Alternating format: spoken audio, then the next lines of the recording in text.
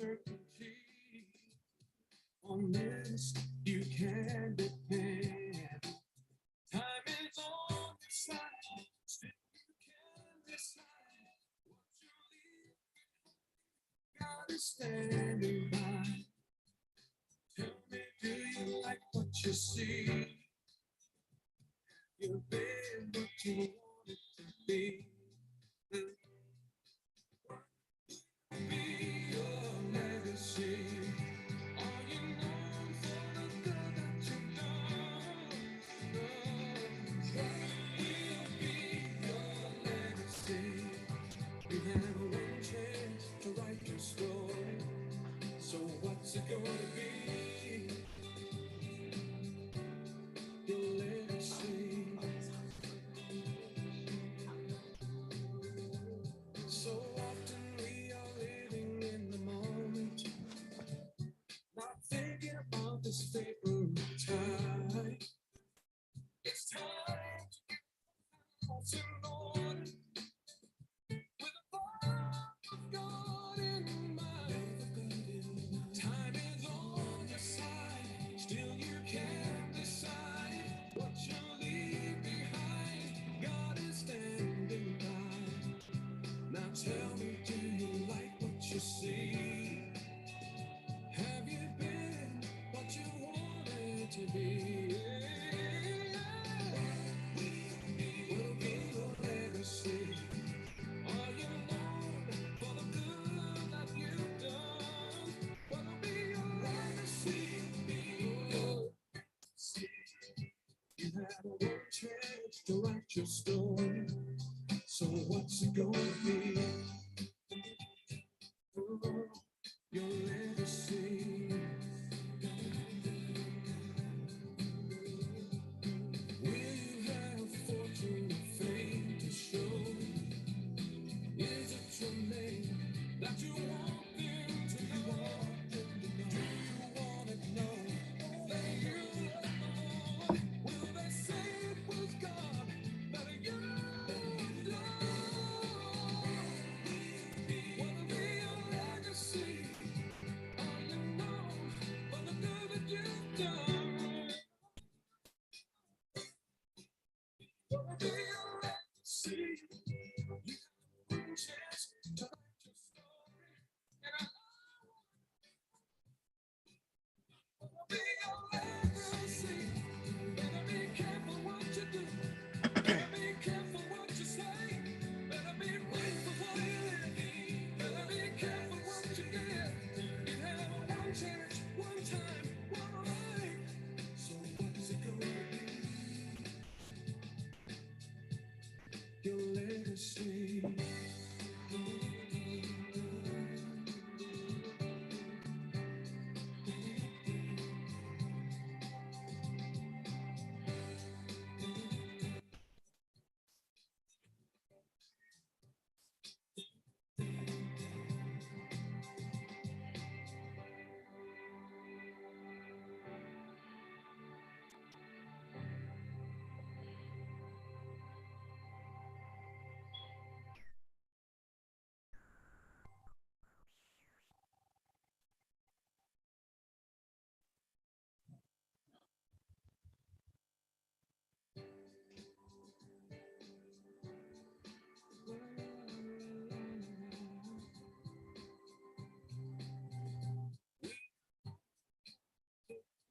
A destiny that for sure will come to an end.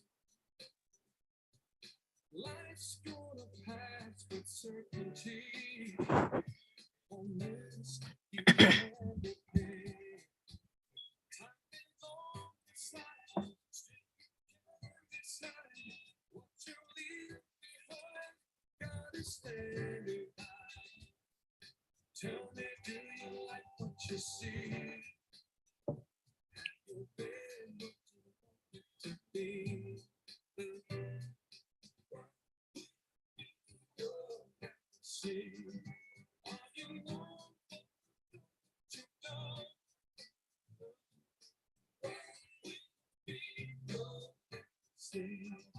You had one chance to write your story. So So what's it gonna be?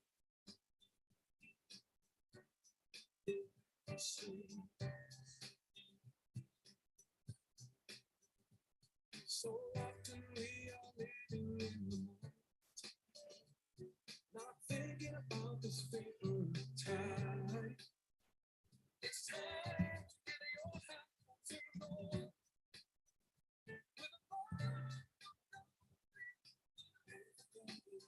Time is on your side, still you can't decide what you need. God is standing by. Now tell me, do you like what you see?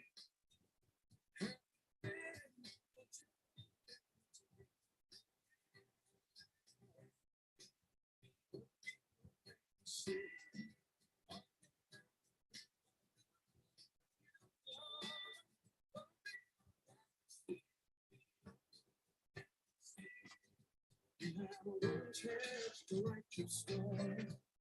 So what's it gonna be?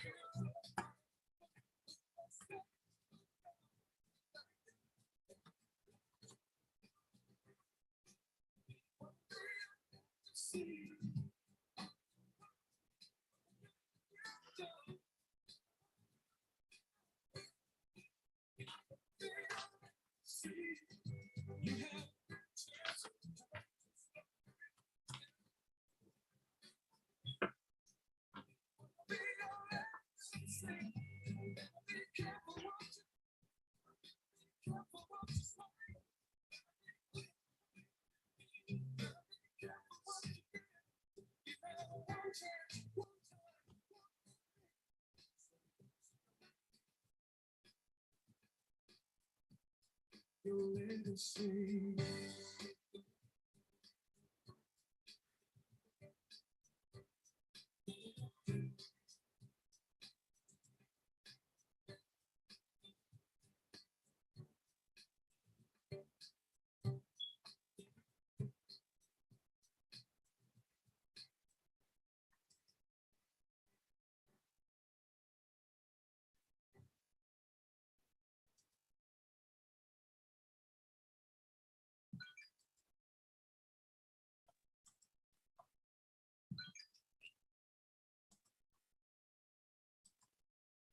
All right. Well, welcome everyone to Birmingham Bible Church's Winning Wednesday. That was a song by Wayburn Dean. I love Wayburn Dean's music. It just seems so befitting for our Wednesdays that we have here. That song was "What Would Be Your Legacy?" And of course, he's talking about, are you going to be known by the good that you have done? That song really resonates on today because what's going to be your legacy as pertaining to wills? And we're going to talk about that in a minute. But welcome all of you to our to those who are watching on Facebook. If you're watching on YouTube, on Twitter, through the My Sunday app, if you are watching through our website, bhambc.org, welcome everyone. Of course, on today, we love to declare that you are a winner and that you are victorious. The scripture says, but thanks be to God who has given us the victory. And so here on Wednesdays, we want to bring you all kinds of topics to help all of us to be victorious in our health, in our finances, mentally, socially, just in every area of our lives. So welcome on today. Of course, as always, we ask that you share this broadcast with someone that you know, someone that you love. Please tag them. If you're watching on Facebook, tag them in the comment section, do the @ and then put their name. Make sure you text them this broadcast, copy the link, whatever it is you have to do to get the word out, please do so, because we want all of us to get the same information so that all of us can be blessed. So this is another tough subject. If you're like me, you watch the news and you see that people, of course, pass. And I'm looking at celebrities, and a lot of times you think that after they die, they had a will, and then it comes out like just days later they didn't have a will. And I'm thinking they had all this money. I can see some of us like, well, I ain't got the money for that, but you have celebrities who have the money who can purchase, just thousands of wheels, but they don't for whatever reasons. And so I text Katrina, I think a couple of months ago, I said, hey, listen, I think it's time to do this again, just to remind people just why you need to get a wheel, also just to get an update. She's going to talk about that too, because things change. And so you may need to update your will. And so she's going to give us all the scoop on that. So, of course, we have with us on today, Katrina Graham. She's been with us before. She's also a trademark attorney. She does a plethora of things, but she is great. She's down to earth. We have been connected for many years, and I'm so glad she's always available to us when I have a question about something or need a referral, trying to refer her to somebody. But she is just an awesome person. And so we're going to have her talk about what she does. She has her own law firm, Creative Mind Law. So I want her to talk about that as well. And then we're going to dive into the discussion. And then, of course, if you need somebody to help you with your will, Katrina is going to be the person to do it, y'all. I'm telling you, you will not be disappointed. So I bring to you guys on today, Katrina Graham. Hey, Katrina. Hi, good people. How are you, Pam? I'm good. How are you? I am good. I'm good. I'm excited to have this Yeah. serious conversation. We're going to try to make it fun, but I mean, it's Yeah. a topic that we need to talk about. So I'm excited to be able to do that. Yeah, thank you so much. I remember last time, I don't know if it was last time, but one time before you talked about the character on Jefferson's, Sherman Hemsley, and how Mhm. because he didn't have a will, it took them 5 years to bury him. Well, it Is wasn't that right? five, but my buddy was outside the ground for a good little bit. I don't know the exact Right. time, but he Right. was above ground, even though he wasn't here anymore for quite a while. And the same is true when you look at Aretha Franklin, Yes. um, and Chadwick. Chadwick Chadwick. Boseman, Hmm. so many different celebrities that we love and that we respect, who contribute in whatever way to us, who just were not prepared to die. And so I'm excited to talk a Yeah. little bit about that today. Good. Awesome. Well, Katrina, of course, I know you, but for those who don't know you, tell us a little bit about yourself, your law firm, what you do. So my law firm is Creative Mind Law. We have been in full effect. This will be year four. We're going into year four. And so we specialize in trademarks, copyright, and business solutions. In that business solution, that includes wills and succession plans for business owners. And by succession plans, one of the conversations that I like to have with my clients who have established businesses: who are you planning to leave this business to? What is your exit strategy, right? Are you planning to sell? Do you want the employees to be able to buy in? Do you just want to close the business down when you die? Are you planning on passing this business to someone in your family? And if that is the case, what will that succession look like? What are we leaving them? And I've said this before. I know this is not necessarily related to the topic that we're going to talk about today. I always tell people you can build your business up. We see it all the time. People build these amazing businesses, especially in the Black community.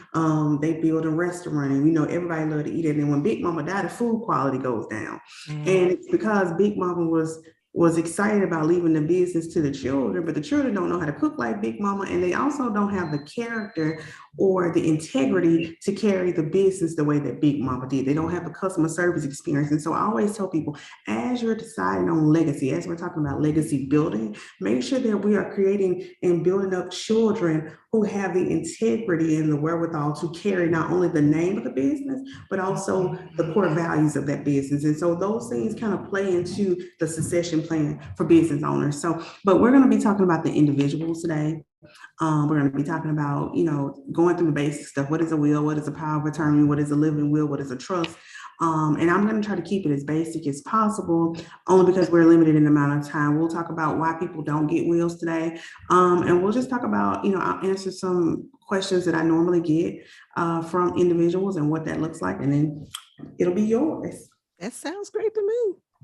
All right. But let me know when we're ready to rock and roll. Okay, we are ready. You know what? I'm going to interject one other thing, because when you were talking about business solutions, I think everybody who has a business needs to come see you. I remember you were saying, I think it might have been on Clubhouse, and you were saying that if you're in partnership with someone, go ahead and talk about now, if y'all have rifts and y'all decide to, go apart, let's go ahead and talk about what that looks like now, 100%. As opposed to so anyway, I'm one attorney. This is not true. This what I'm about to say is not reflective of other attorneys. I'm sure the vast majority of them disagree with me. I don't believe in partnership agreements. All right. Let me put it like this. I don't believe in equal partnerships agreements. That's just how I feel. There's nothing wrong with them for other people. I don't believe in them, and I have to share that at another time. But I do say, I don't care if you're going into business with baby daddy, baby mama, right, your auntie, your homegirl down the street. Y'all been best friends since y'all was 2 years old in the crib. Doesn't matter. Things need to be put in writing, and so that again is a part of that business solution. But it also talks about the succession plan, because when you're in a partnership with someone who is not your daughter or your child, and you want to leave that business to a child, and your friend wants to leave her business to that child, what that succession plan looks like for these two people who did not agree from the very beginning to go into business together. And so we talk a little bit about those things and just planning for the holistic health of a business. Good. Yeah, I just wanted to add that in there too, because when you said business solutions, I said, yes, she does so much and talk about so much with that. So thank you for that. But yeah, we'll go ahead and get into our wheels. Points of wheels. Yeah. So just really quickly, I want to say this. Why do you need estate planning? So usually when we talk about estate planning, we just say wills, but estate planning covers more than just a will. It's about power of attorney. It's about a living will, which is also known as an advanced directory. It also includes what we call a trust. But why is estate planning so important? And the number one reason is because it's going to cut out on drama. Nothing will tear a family up. Nothing will tear a family apart than when big mama or big daddy die and they got a little money, or they got a house, or they got some pictures, or they got some jewelry, or whatever it is, right? Nothing tears a family up. I have seen it with my own eyes, how children of the particular person who's passed away will just all out assault each other, both physically, emotionally, verbally, and because they are feel like they're entitled to more. I've also seen it with business owner. I've seen a father who had a very successful construction company that he built with another son, and another son who had helped along financially felt like he should be the front runner, where there was no will in place, there was no succession plan in place. And so now these brothers, to this day, this has been going on for 5 years, are still fighting this out because the father did not have a plan in place. And so when we talk about having an estate plan, not just wills, but an estate planning, what does that look like for you? It is important for you to know that needs to happen. It's going to cut down on the family drama. Now, when we talk about estate planning, just very simple terms, it is a collection of documents that specify how you want your money or other assets to be distributed. It makes it easier for your loved ones, and it puts your affairs in order while people are dealing with grief, because grief has its own level. Speaking as someone who has lost a parent, the level of grief that you feel during that time, and then to have to deal with some of these other things, it is a relief when you have parents who die who have their affairs in order. It is a relief when you have people who die who have their affairs in order. And I remember, I love Lean on Me. One of my favorite movies is two lines that I love. One is when Joe Clark is talking to the other black guy, I can't think of his name, being somebody, but they're talking about the school, and he's like, you have to do this. And he looks up and he said, I don't gotta do nothing but one thing, stay black and die. Okay, so that's the first one. Then my other favorite line in the movie is, and when the guy was like, you don't understand, Mr. Clark, and the girl's like, no, Mr. Clark don't love you because you don't take care of your responsibilities. That doesn't have anything to do with this, but Right. that's my two favorite lines. Let's go back to the stay black and die. The reality is we're all leaving here. Some quicker than others. But we are going, unless the Lord come part these skies and the trumpet sound, you're gonna die. That's just point blank period. Even if you live to be 200 years old, you're going to die. The Bible says that is appointed to men once to die, and after that is the judgment. That's the book, right? The Bible lets us know that life is but a vapor. This is what the Bible says. The Bible says that life is but a vapor. Do you know what a vapor is? When you blow, it's cold and you blow on glass, how quickly it goes. God compares your life to that. He says this is what the summation of your life is. Even if you live to be 300 years old, God still says it is a vapor compared to eternity. So when you're looking at yourself from that perspective, not in how you're living now, not in what you've achieved in this life, but that God himself has said it is a vapor, that lets you know time is of the essence. And so a lot of times we live like we're never going to die. We live spiritually like we're never going to die. And so we don't repent. And I know this is not Bible study, but since I'm talking to church folks, let me go ahead. You know, we live our lives like we don't need to repent, like we don't need to get it right, because we think we're going to have tomorrow to do that, right? We live our lives in a way, both spiritually and secularly, like we're going to be here forever. And when you look, I'll never forget, I was getting my hair done. And somebody texted me and said Chadwick Boseman died. I don't know Chadwick better than I know this Starbucks cup. I know this Starbucks cup better than I know Chadwick Boseman. But I'll tell you, when that man died, it affected me. You know what I mean? Like, I was just like, dang, he was so young. This man had so much promise, an amazing actor, all these things just going for him, just an amazing member of society as far as we know, right? And yet he leaves here, right? And so it is a wake-up call to all of us that it can be any of us at any time. And so I say all that to say is when I talk about estate planning, I need you to see this, that it is for you. It's not for Big Mama. You might leave here before Big Mama. You may leave here before your children. Children will leave here before their parents. And so we need to understand that when we're talking about estate planning, you need to be talking about your estate planning. And so I want to talk a couple of, I'm going to explain what they are, and then I want to talk through why people don't do it, because I think this is very helpful. So number one, the one thing we all talk about is a will. And a will, first things first about a will is it states out where you want things to go, gives direction. I want this to go here. I want you to have this. I want this money to be donated here. I want this to go this place. All it is it points direction. It's no different than when you're on the interstate and it tells you to exit, blah, blah, blah. It's giving direction on where you need to go, where things need to go, where the asset, where the money, where the house needs to go. And so in that will, you will appoint what we call an executive. That's the person that you trust to make sure that the things that you have stated in the will, the directions that you have given in this will, that person makes sure that those desires are carried out. So you're going to have an executor. Your executor does not need to be your family. It doesn't have to be family. And when you choose your executive, don't choose your oldest child because they're the oldest child. Choose the responsible child. I think sometimes as parents, we feel like, well, you know, Bertha, she the oldest, but Bertha can't keep 2 nickels in her pocket. Bertha in and out of jail. Bertha Bertha is irresponsible. Right. We need to put Bebe in charge because Bebe take care of his business. My point is that when you're picking your executor, make sure you're not picking based on who you like, but who will respect and make sure things are carried out. Sometimes they're not family members. Sometimes it's a best friend. Sometimes it's an aunt. Sometimes it's a church member. But you need to make sure that whoever you choose is somebody you respect and somebody who's going to honor your wishes. Also, you need to make sure that when you're choosing your executor, that you let them know that you've chosen them, because I've actually had somebody die and people call me like they made you the executive of their account.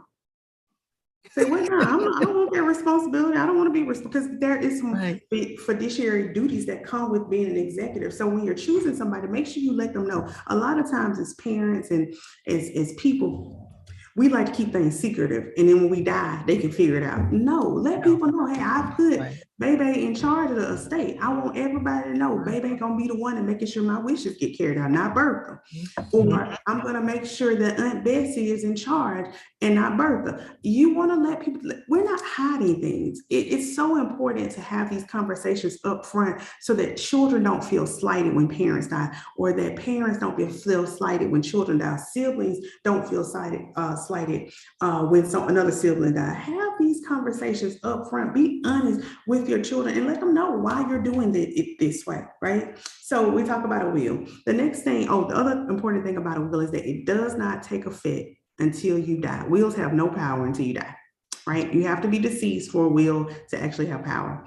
The next thing is we have a power of attorney. Now, a power of attorney is when you lose capacity or the inability to make decisions for yourself. And so a power of attorney, I always call it a dual power of attorney. That person that you're appointing and you're still alive, we're not talking about you're deceased, a power of attorney, you're still alive, but you do not have capacity, whether that's physically or mentally, to make decisions for yourself. So now you have appointed someone that you trust to handle your business. They're literally doing business as if they were you. They're doing business in your name. Kind of how like I would forge my mama name when I was in trouble in school. I had a signature down. Okay, I know it has nothing to do here, neither or there. I repented for that, but that person is doing business as you. So when you appoint somebody a power of attorney, make sure you understand that you don't have to be deceased for this to take place. And you want to make sure that you're appointing it to someone who's not going to empty out your bank account. I had a client one time that we did a power of attorney for, and this was before I went into private practice. And we knew that the client had been diagnosed with dementia, but they were not fully into that. And so they had signs of dementia, but they still had capacity most of the time. And so the child that they appointed, once the parent they started taking all the money out of the bank account and paying their own bills, and mama bills were slacking. And so the other siblings got together and said, we need to change out the power of attorney. Well, it's hard to change out the power of attorney once it's been appointed, especially when the person who gives the assignment no longer has capacity. So now you have to go to a probate court and get a guardianship or conservatorship. And so this is what I mean about making sure that whoever you choose as your power of attorney is somebody who is responsible and somebody who trusts, somebody that lives and walks in integrity, and that's going to be able to handle your estates. And so that power of attorney literally does business in your name, whether it's medical, whether it's your bank account, whether it's houses. The ones that I draft said that they can buy houses, sell property, like all of that in your name, okay? So that's a power of attorney. And then we have what we call a living will. And a living will, another name for that is what we call an advance directory. And that's just saying it's a form or a statement that details your desires regarding your medical treatment in circumstances that you are no longer available to give informed consent. In other words, if you want to be on a feeding tube, if you want to be resuscitated, if you want to have life-sustaining medication or things administered to you. And so a living will, usually when I do an estate, even if somebody's just paying me for a will, I usually throw in a POA and a living will in the package, just because you need all three of them. And then the other thing we have is a trust. And we would have to have a whole nother meeting to talk about trust. But I tell you, trust is one of the things that as a race of people, we need to look more into, especially as our assets begin to grow. Because if you have a house, you can put your house in your trust. You can put, some, depending on how trusts are written, they don't have to go through probate. And so you avoid the money that's attached to having to go to probate. I honestly do not have enough time to talk about trust the way that it needs to be talked about. But we always say wills, but trust sometimes is the better option for a particular person, depending on the assets that they have. Okay. And so I want to talk really quickly about why some people don't have will, but I want to read this statistic that I read. It says that 1 in 3 Americans say they have a will. And yet 67% of Black people do not. So 1 in 3 people say they have a will. 63% of Black people do not.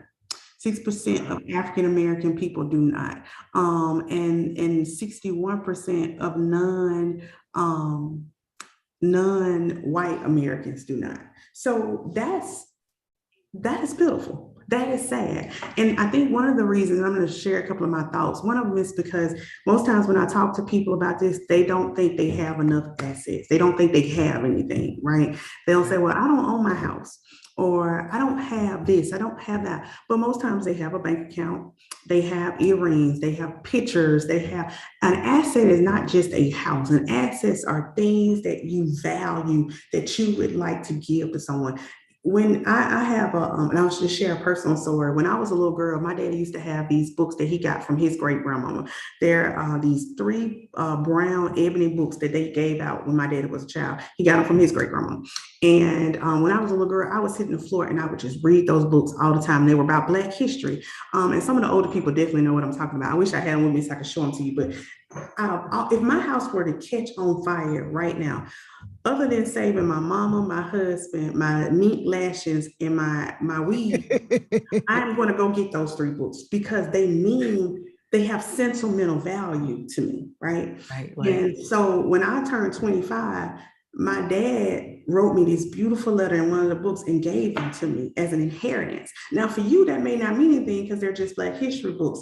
But for me, because they came from his great grandmama to his grandmama to him to me, they are sentimental to me. So they may not have a dollar value, but for me, they mean something. And so when I have children, or if I don't have children, I have to decide which one of my nieces and nephews that I think will take care and value the sentimental value that has been passed down in our family. So when we're talking about assets, we're not just talking about a house or a car. We're talking about the things that mean something to you. Pictures of grandmother. In our family, you're not going to be around the Dunhams, the Browns, the Huffmans, the Grahams, and not take some photos. My husband is an introvert. He does not like, he says this all the time. He's never seen a picture snapped so much until he became a member of my family. And that's because we value pictures. We value, because we realize that you're not going to be here all the time. And so I love to go look at my parents' wedding photo album. And I love to go and look at pictures of me when I was a baby or Mary was a baby. I love pictures. So we take a ton of pictures in our family. And so what I'm saying is that somebody has to be the steward of these things that are important to our families. And so when I'm talking to you about assets, I'm not just talking about cars. So a lot of us don't get wheels because we don't think that we have anything. Even if you only have $5 in your account. Well, if you just got $5, don't worry about it. But if you got $7, okay, let's just put two more dollars in there. If you have an account, if you don't have someone already on that account named, you will not be able to access that account. I've actually had to file probate documents for people. I had a young lady who dad died, had $10,000 in the account. Really, that if the dad had just put her name in, she would have been able to access. And she ended up having to give me money to pay me to file something with the court just so she could access the money. Because once you die, the bank doesn't care if you come in and say, this is my daddy, this is my mama, unless your name is on that account. They're not going to do it. So making sure that you have these things that you think are not that big of a deal in place so that you can avoid the legal fees and the probate fees that come with not being prepared. So when I say, again, understanding when we say assets, that we're not just talking about property, okay? One of the other reasons is some people think they are too young. One of the elders at my church, Brother Woodard, says this all the time. If you die at 15, you're already old. Point blank period. Some of us think too high. The Bible says that we should not think too highly of ourselves. It's not just talking about ego. This is talking about thinking that we're going to be living forever, that we're too young. Young people die every day. Yep. Young people die every day. And so a lot of times, again, because we think, oh, we're too young, we have tomorrow, we got tomorrow. No, you may not have tomorrow, and you may have tomorrow, but you may not have the day after tomorrow. So don't let your age be the deciding factor of when you will get an estate plan or have an estate plan in place. So understanding that as well. One of the other things is that, as especially us, we don't like to talk about death. We want to talk about everything else. We gossip. We do everything else but talk about death. Yep. You are going to die. There is no other way around it. But we think because we don't, that if we talk about it, we're going to jinx ourselves. baby, what the Lord has appointed the day that you will die, He knows it. My thing is that not talking about it doesn't delay it at all. And Right. so a lot of times, because we don't want to talk about the hard things, we don't want to have the tough conversations, we avoid it all together. So that's another reason. I'm not going to go through all my reasons, but I wanted to kind of share that because a lot of us fall into that category. A lot of us fall into some of these reasons why we don't have an estate plan. So let's see, talk a little bit about that.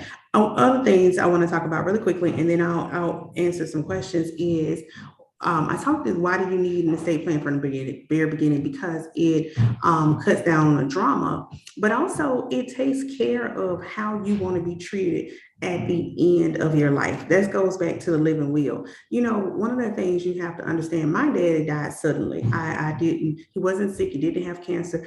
I literally talked to him on a Sunday. I was at work. My mama called me and said, we got to get to the ER. We were not expecting my father to pass away. He was not sick at all. And I'll tell you, people who've lost loved ones who were sick have a different opinion than those of us who lost people suddenly. And I'm not going to debate that one way or the other. But I tell you, it's one of the most traumatic things that I've ever experienced, talking to someone one day and then not talking to them, or they're not even existing the next, right? Because it was so unexpected.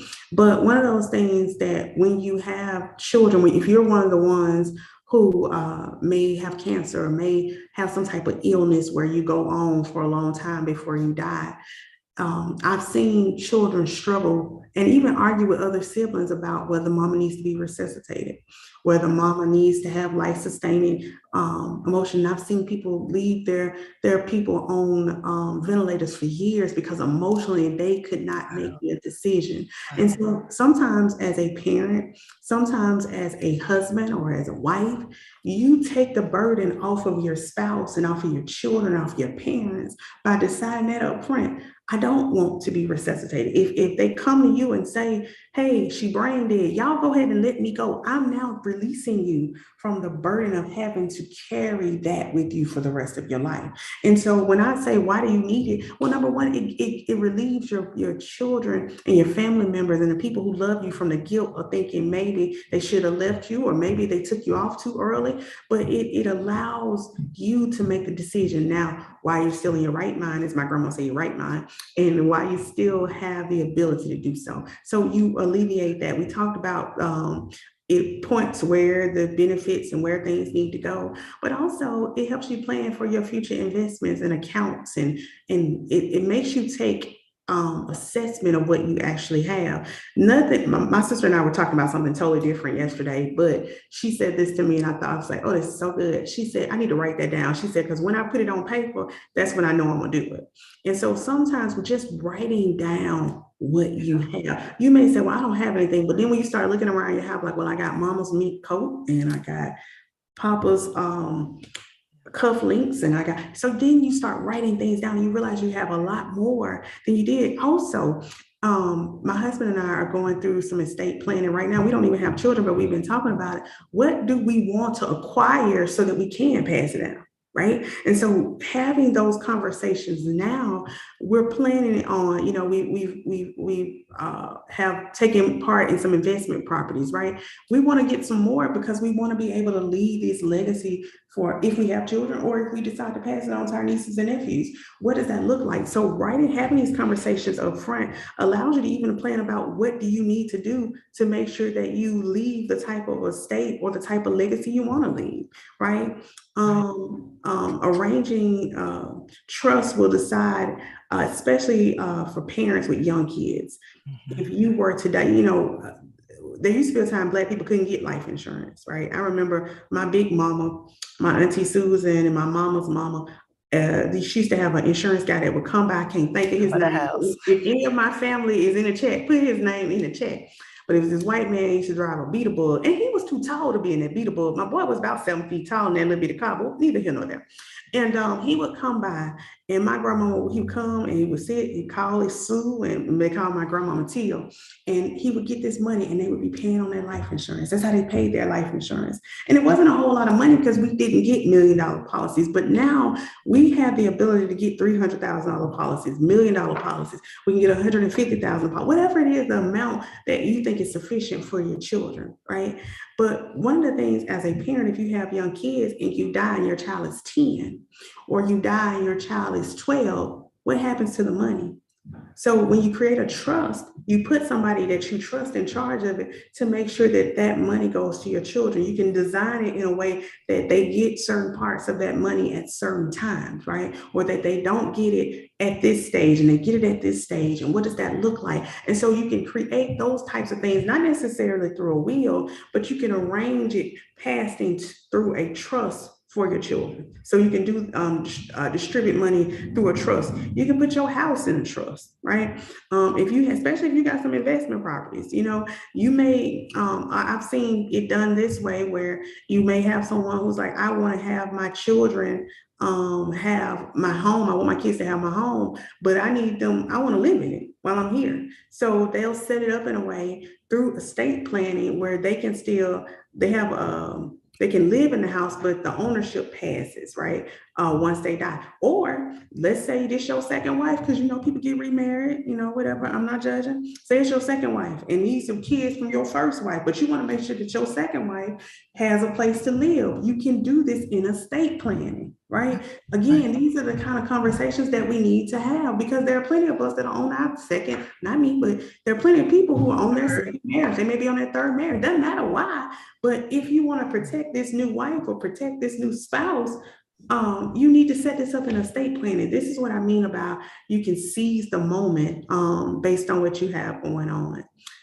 It gives you the ability to be able to designate who's going to be in charge, designate a guardian for your minors, and it protects your assets. So those are kind of how you do it. Another thing we don't talk a lot about is charitable giving in our wills and through how organizations that we love, maybe our church that we love, we can set it up in there where we can make sure that that particular church or that particular charitable organization gets that money from our estate. And so, yeah, and the most important thing is that it helps you avoid high taxes. And also a lot of legal fees. You know, estate planning can help you legally avoid expensive taxes that can negatively impact the amount or the value of your estate. And again, you would need to contact the lawyer to talk about your particulars individually, but that's why we call it estate planning because it's not going to look the same for everybody based on where you are, what you have, what you do, your income. You need someone who can tailor your estate planning to where you are and where you want to go. And so they're not going to look. So when we say things like, I just need a will, well, you may need more than that. Do you have minors? Do you have insurance policies for them? Like, what does that look like if you drop dead tomorrow and they're still under the age? Do you have adult children? Well, now you may not need those things in place. And so you may be able, so everybody's estate planning process will look different based on what they have going on. And so, yeah, that's pretty much the spiel of it.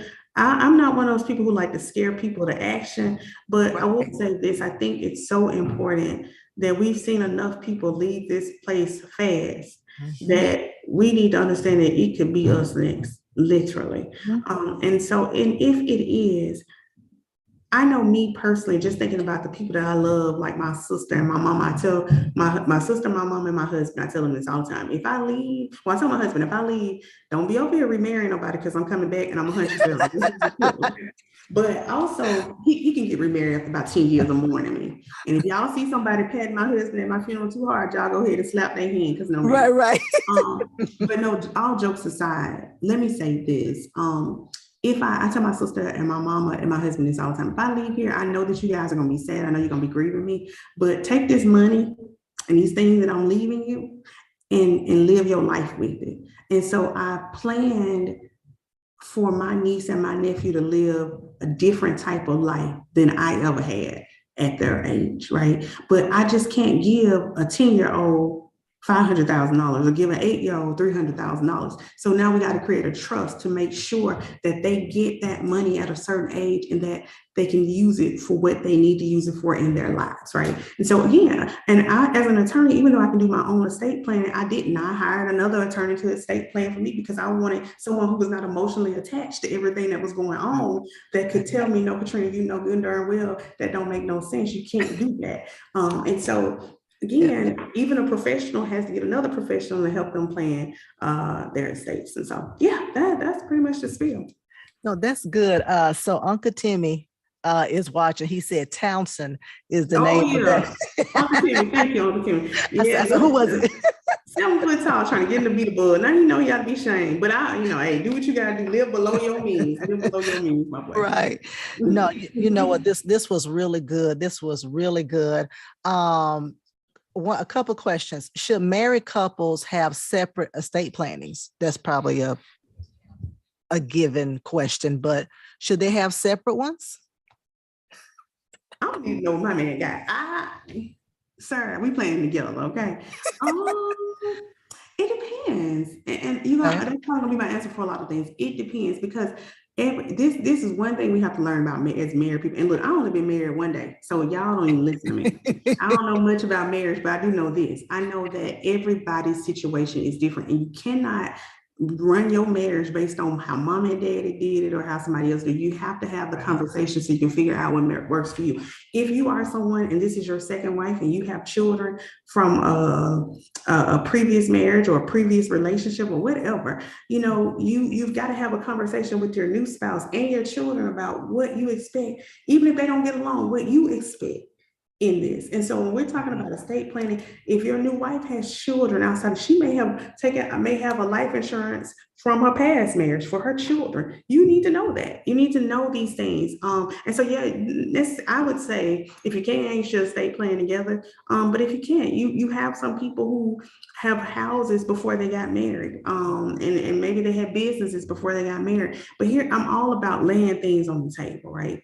And when people say, well, you know, I don't trust my husband like that, I don't trust my wife like that, then y'all need to go counseling. I know that's right. Another conversation. But you know, at the same time, I really think it's important to have these conversations up front about what we're doing and how we go. One of the things that, without going into too many details, one of the things that Corey and I have talked about is Corey has a niece and a nephew, and I have 2 nieces and a nephew.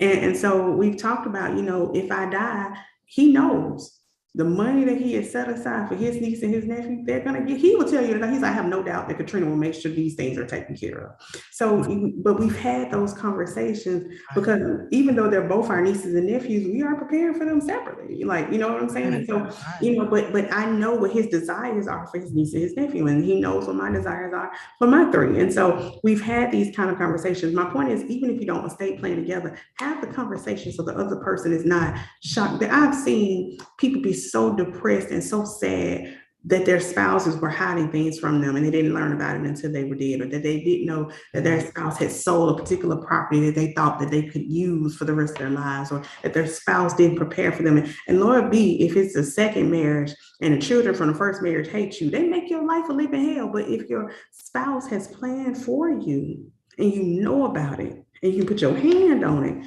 them little hateful children can't do nothing about it. So again, it cuts down on the drama. That's it in a nutshell, honestly. Yes. Katrina, I'll do you one better. Someone told us of a situation where the man died and left everything to his girlfriend and not the wife. I do you one better than that. And that's when you get you a good lawyer and contest it. That's it. No, man. That's it, right?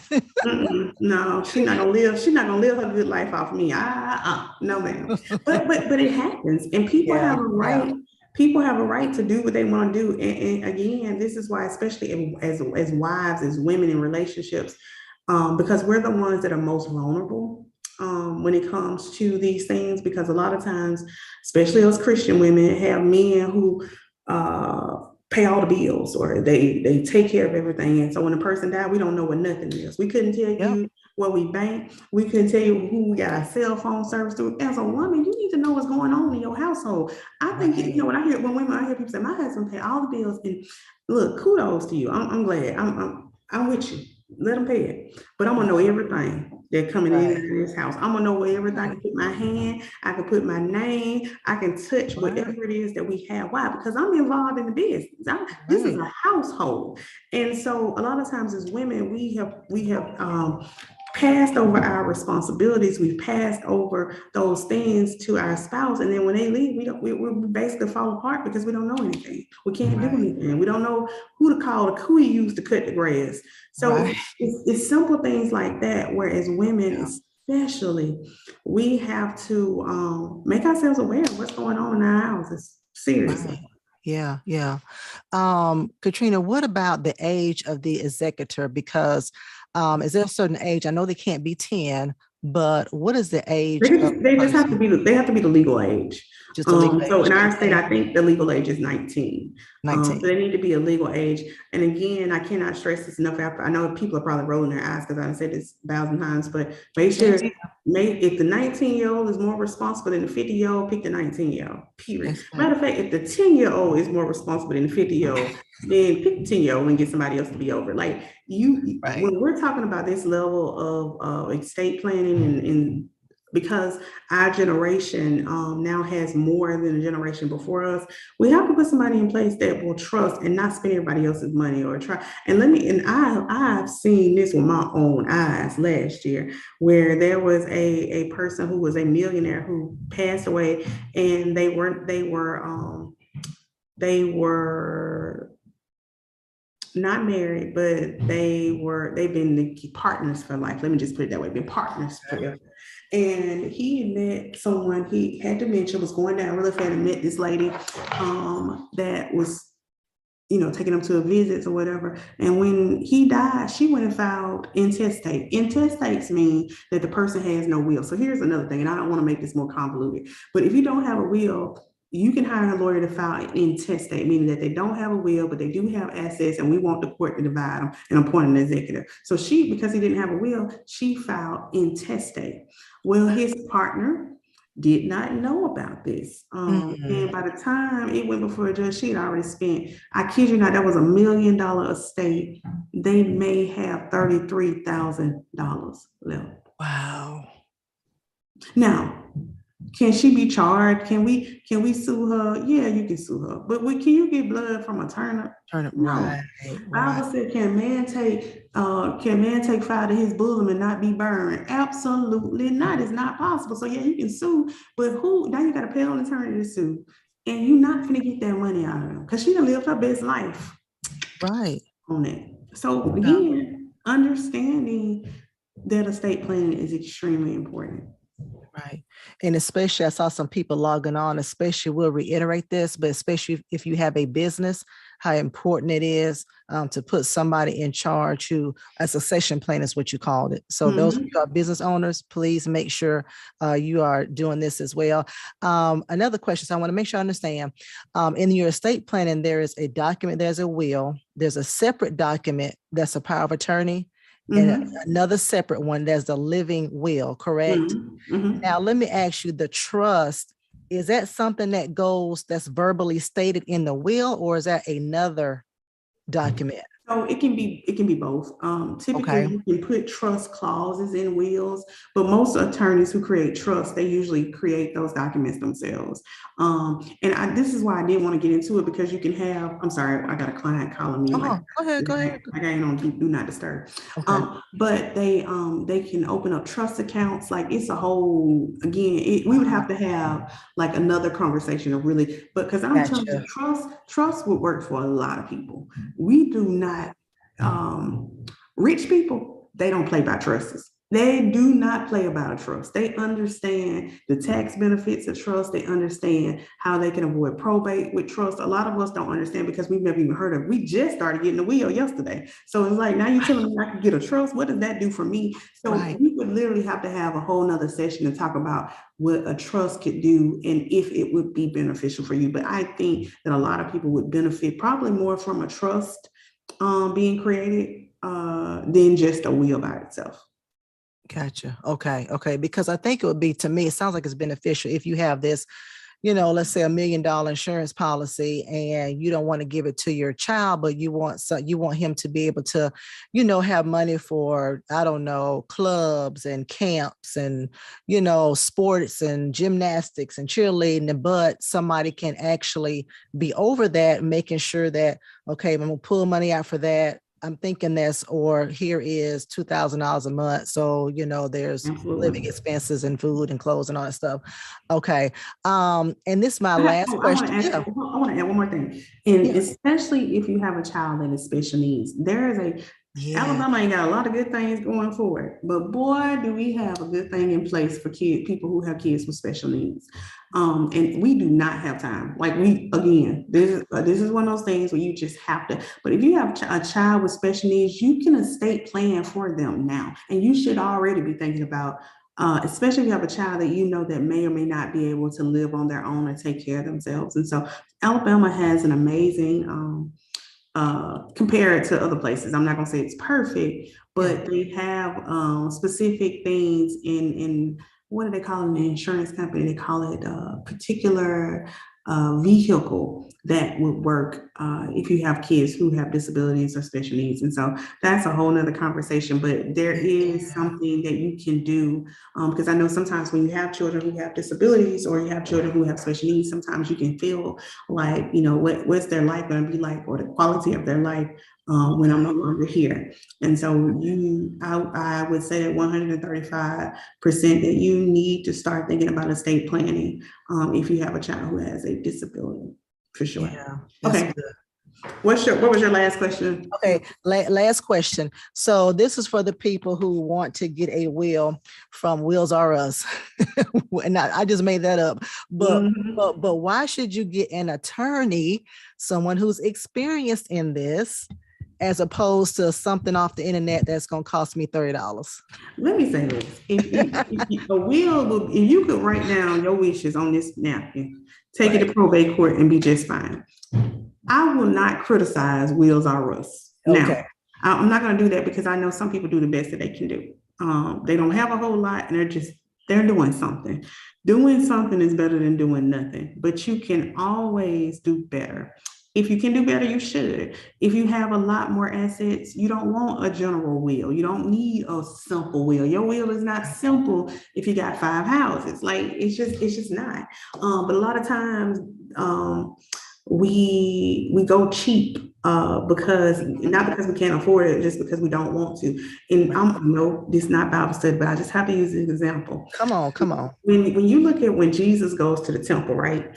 And the Bible says that he turned, we love to talk about he flipped them tables over because he was not playing. Okay. Jesus went up and down and turned that place out, right? There's this part in the Bible, and I wish I had my Bible with me so I could read it, but there's this part in the Bible, the Bible specifically says that they were selling doves. They were selling more stuff than doves, but the Bible says that they were selling pigeons and doves, right?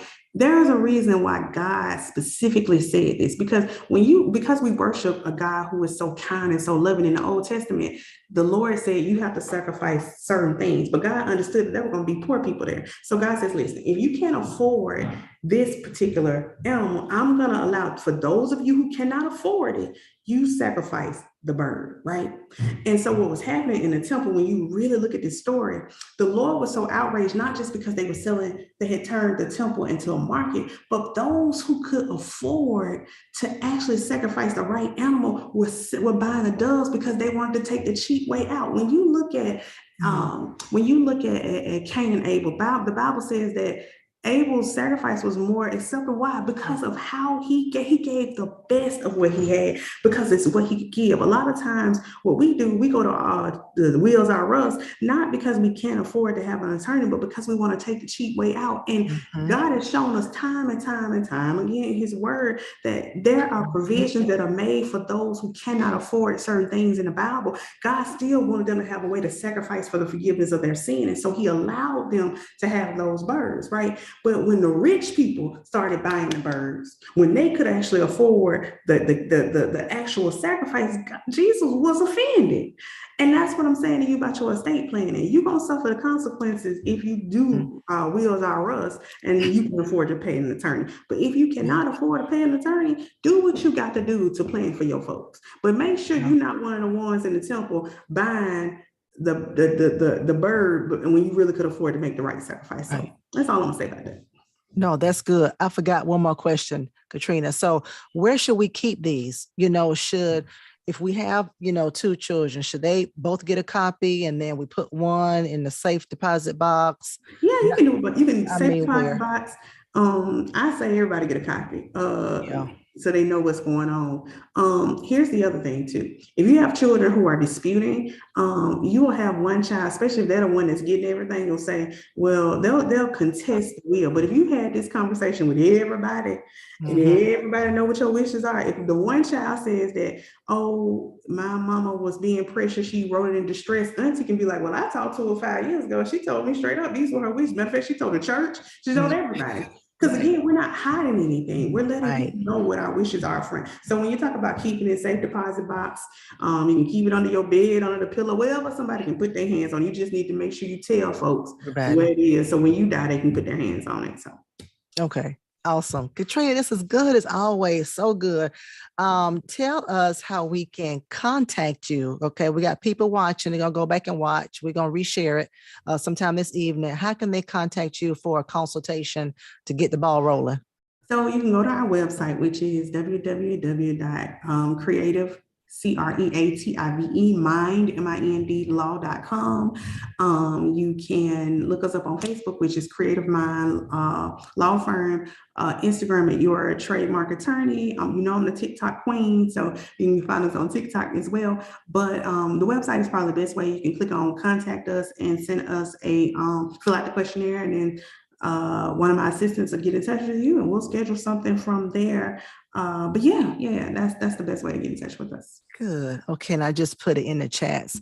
And so listen, everybody, Pastor Mason always says that after we have something, Winning Wednesday, worship service, whatever it is, that it demands a response from our viewers.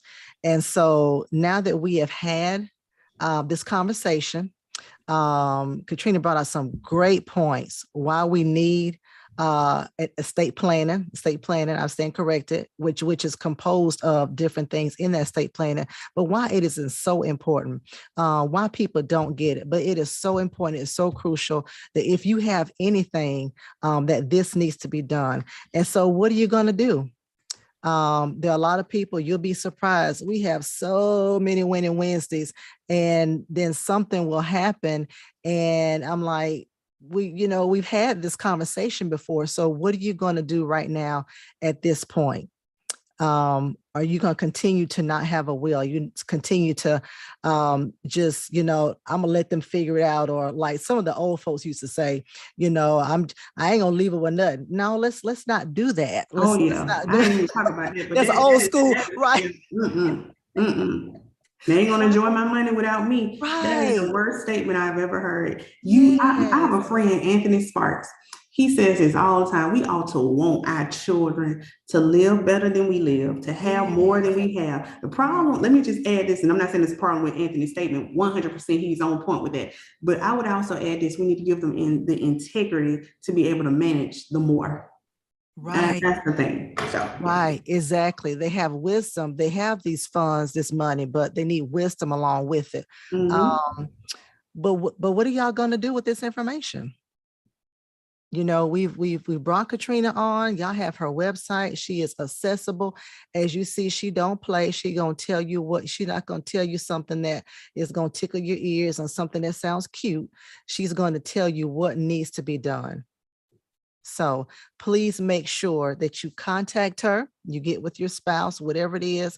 I didn't think about even children who are out your house. They need a will. Didn't think about that. Think about that. And get some insurance. Lord have mercy, sometimes y'all get some. I'm not an insurance agent. I don't get no money. But I say, get some life insurance. Lord, get some life insurance. ASAP. Do that today. Yes, and we've had a life insurance broker come on. Like she's a broker because so she can find anything for you. You know, she don't work for just one company. We're gonna have her on too, Nikki Ivory of AI Mutual. But thank you, Katrina, for this great information. Listen, when you meet with her, don't be trying to get the hookup. Oh All no, right. you won't get it. You won't get that. Let me go and take it now. Her price is her price. I don't know Correct. how much she charged, so you just go ask her. So you know we good for that. So thank you so much, Katrina, for this information. Like I said, people who are watching on Facebook, on YouTube, Twitter, through the My Sunday app, you know, website, make sure you think about how you're going to govern yourself accordingly from this point on. So we have I'm gonna do just a couple announcements for our viewers today, just really quick. Hold on one second. Yeah. So of course we have our small groups that are meeting every Thursday at 7:00 p.m. via Zoom. Make sure you contact us if you want to be a part of it. We are experiencing God. So our small group is for 12 weeks. We are experiencing God. We are knowing how to do the will of God. What does God's will look like for our lives? That's what we're talking about. Great information, great conversation. You want to be a part of that? Please let us know. Send us an email at ladypam@tcowi.org. Of course, our prayer room call is every Monday, Wednesday, and Friday at 6 a.m. Of course, you can join in at the number on the screen so that you can also unite with other believers in what you are believing God for. That number is 727-731-0433. On this Saturday, we're going to celebrate the life and legacy of Frances Tate. She is the mother of our very own Monique Tate and Yolanda Lewis, grandmother of Journey Lewis. And so the funeral is going to be at Dante Juck's Funeral Home this Saturday at 1 o'clock p.m. Let's come out and support and really wrap our arms around our dear family during this time. Of course, on Sunday, pastors continue the series, Families That Win. And they are winning by learning to obey those moral concepts and precepts of the 10 Commandments. So great, awesome time word we are getting every Sunday on Families That Win. See you in person at C.W. Hayes School at 10 o'clock a.m. for our temple worship celebrations. Of course, we have a study in the scriptures that is every Tuesday. That's our virtual Bible study that goes on every Tuesday at 7 o'clock p.m. We are journeying through the book of Jude. Wonderful time, great time we are having learning that one particular book, one chapter long, is so packed full of information. So we'll see you then. Also, you can also go back and watch the video as well. And then, man, we had a great time on today. Great time on today learning about wills, the importance of wills. Last week, we talked about Alzheimer's. We had Dr. Harmon. She was a living testimony of how her husband got this disease at the age of 50, started showing signs and symptoms at the age of 50. We talked a little bit about wills and what have you. And so I was just really just overwhelmed how God really led this this month Winning Wednesday in conversation, talking about Alzheimer's and then right into wills. And so how important it is to have those advanced directives, so important. So that's what you heard from today. Next week, we're going to talk about what you need to know about colorectal cancer. That's Miss Rochelle Wallace from UAB. So that's going to be another great conversation. So we'll see you guys next Wednesday at 12. Also, we always like to say this. We have a book of the month, The Peacemaker. This is a book that is awesome. It is the biblical guide of resolving personal conflict. This is going to help y'all when y'all talking about these wills. So listen, go ahead and start reading that book as well. We've already said this. We just started our singles lunch and learn and our married couples lunch and learn. We had a great time. We met up at a restaurant, talked, laughed, really learn from one another. That's what you need during these times. You know, iron sharpens iron. And so we had a great time. So look forward to, of course, having these. We're going to be having these on a regular basis. So we will see y'all then. I think I have covered everything. So, of course, like I said before, guys, after hearing this broadcast, it demands a response. So what are you going to do? Don't put this off. life. I'm good at it too. Sometimes I procrastinate about stuff, but this is something you can't put off. Katrina said it best.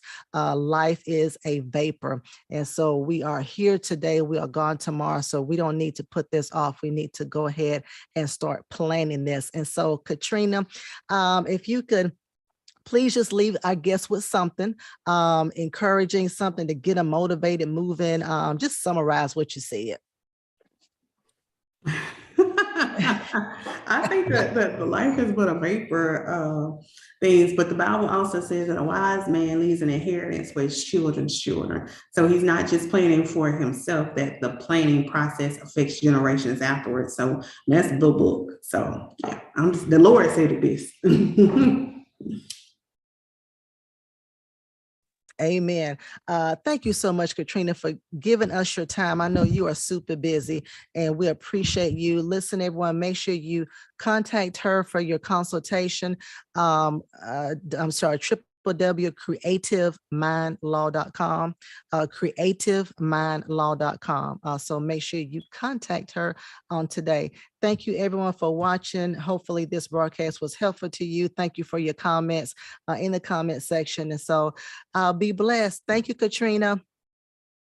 Have a good one. You're welcome. Thank you for having me. All right. You're welcome. Bye-bye.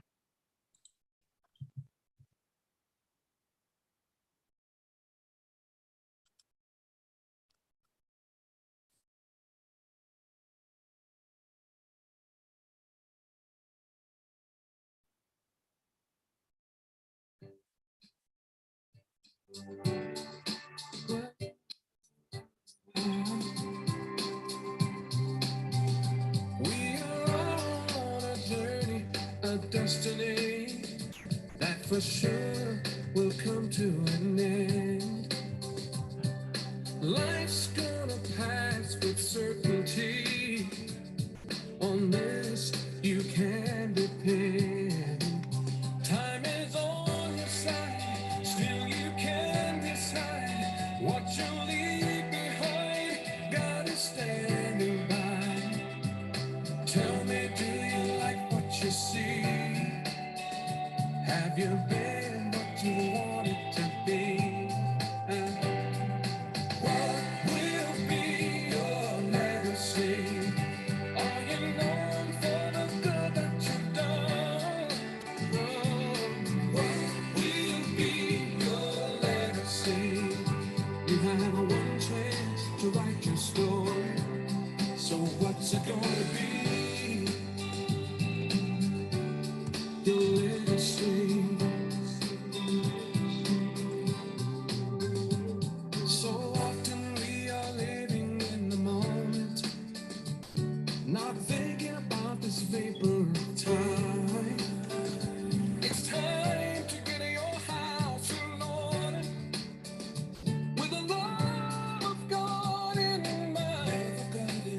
Time is on your side, still you can't decide what you leave behind. God is standing by.